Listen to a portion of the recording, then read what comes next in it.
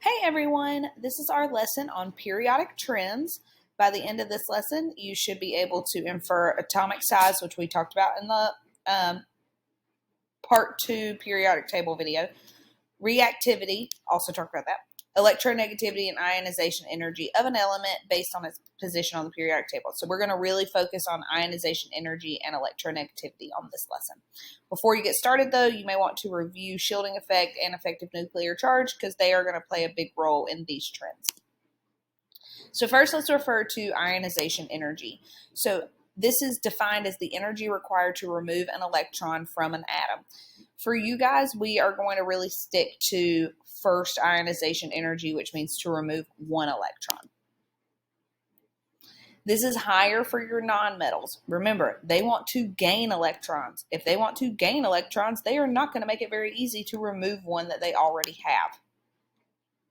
So as you go up a group, you will increase your ionization energy.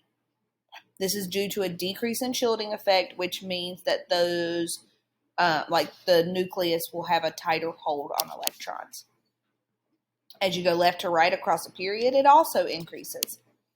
And this is due to an increase in effective nuclear charge, one, because you're adding more protons, they're holding on to the electrons, but also due to an increase in nonmetallic character, because you're going from metals on the left to nonmetals on the right.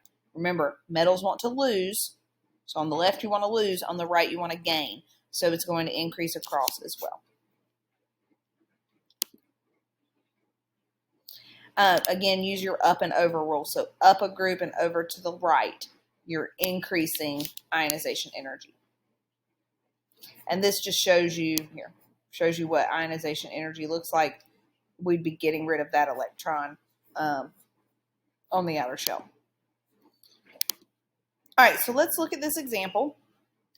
Which one has a bigger ionization energy, lithium or cesium, and why? Find them on the periodic table. These two are in the same group. Lithium's at the top, cesium's at the bottom. Compare their location and the trend. And you'll see that the one with the bigger ionization energy is lithium. And this is due to the fact that it's higher on the periodic table, has less shells, less shielding effect, more attraction to the nucleus. So now you try this one. Pause the video and go ahead and try that. All right, now let's refer to electronegativity. And this is defined as the tendency of an atom to hold electrons to itself in a compound or in a bond. So how strong of a hold does this atom have on an electron? Again, higher for nonmetals. Remember, they want to gain electrons, so they're going to try to pull them closer more so than let something else pull them close. Same trend as ionization energy. So up a group, it will increase due to less shells. Left to right across the period, it will increase due to an increase in effective nuclear charge and nonmetallic character. So here, this actually will show you your trends that you need to know.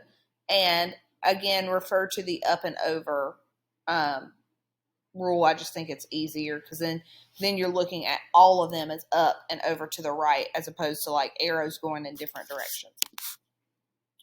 All right, so let's try this one. Which one has a higher electronegativity, lithium or cesium? We're looking at the same elements and why. Same steps. Find them on the periodic table, compare their location using what electronegativity's trend is.